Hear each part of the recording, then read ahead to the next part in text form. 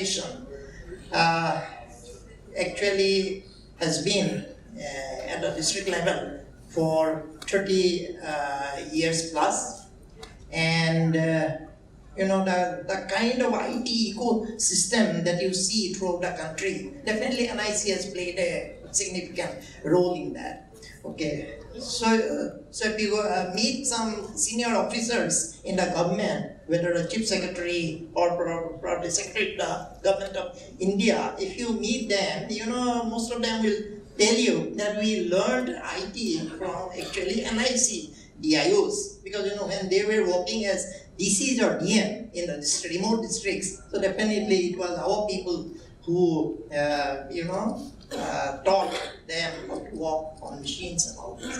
So in the growth of IT ecosystem, so we played a major role, and of course that was long back, and whatever major e-governance projects you get to see these days, get to hear. So we'll find maybe NIC is playing a major role in that. Talk about land accords, talk about registration, talk about transport sector, talk about e-course, talk about rural development programs like NREGA, and so on and so forth. In all these cases, NIC has been playing a major role, and I am quite sure this has helped the country to leapfrog to the new age in a big way. But I'm not going to talk about those systems now. What I'd like to highlight is basically two things. See, earlier when we had started at that time, whatever computerized system we tried to build up, those were in silos. Supposing for land records used to be a silo mode. It used to be in the silo mode. Talk about registration, it used to be in the silo mode. So the days of silo based systems are gone. So definitely now, you need to link up all those systems. Supposing the land records definitely need to talk to, let's say, a registration. When you register a sale deed, okay, sale deed for a plot of land, so definitely it needs to link to the land records data. Recently, we have built up, dashboards for the chief minister and the DCs. We call it CMDM dashboard.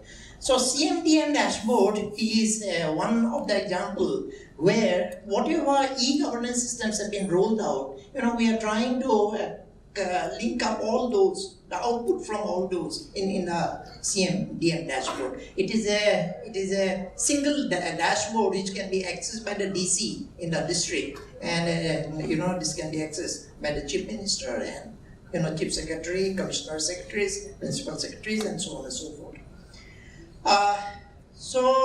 Second point that I would like to highlight today.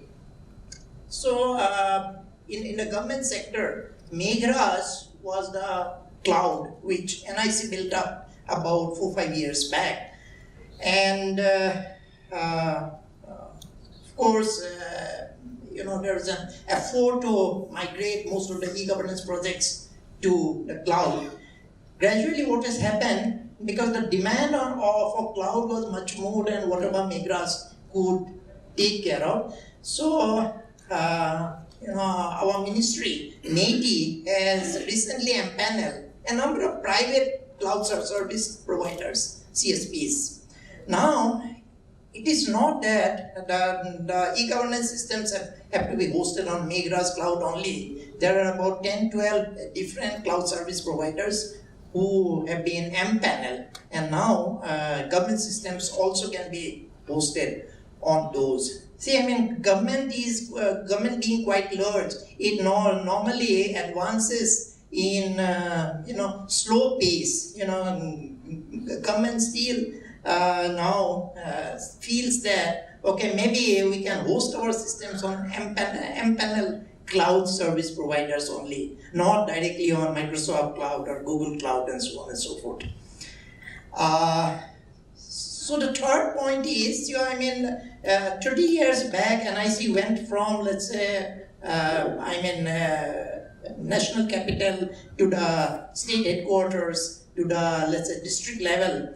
Now is the time when you need to go to, let's say, a sub-district level. It is not only block level, it is not only revenue circle level. This is not only, let's say, Gram Panchayat or the villages. Now the effort is, you need to connect, let's say, every household. So the efforts are on. Efforts are on in the government. Now, because this BharatNet is going to reach each Gram Panchayat in the country, and from there, this is definitely doable to connect each household in the country as well. So these were just a few points that I thought that I will flag at the very beginning of my comment. Thank you.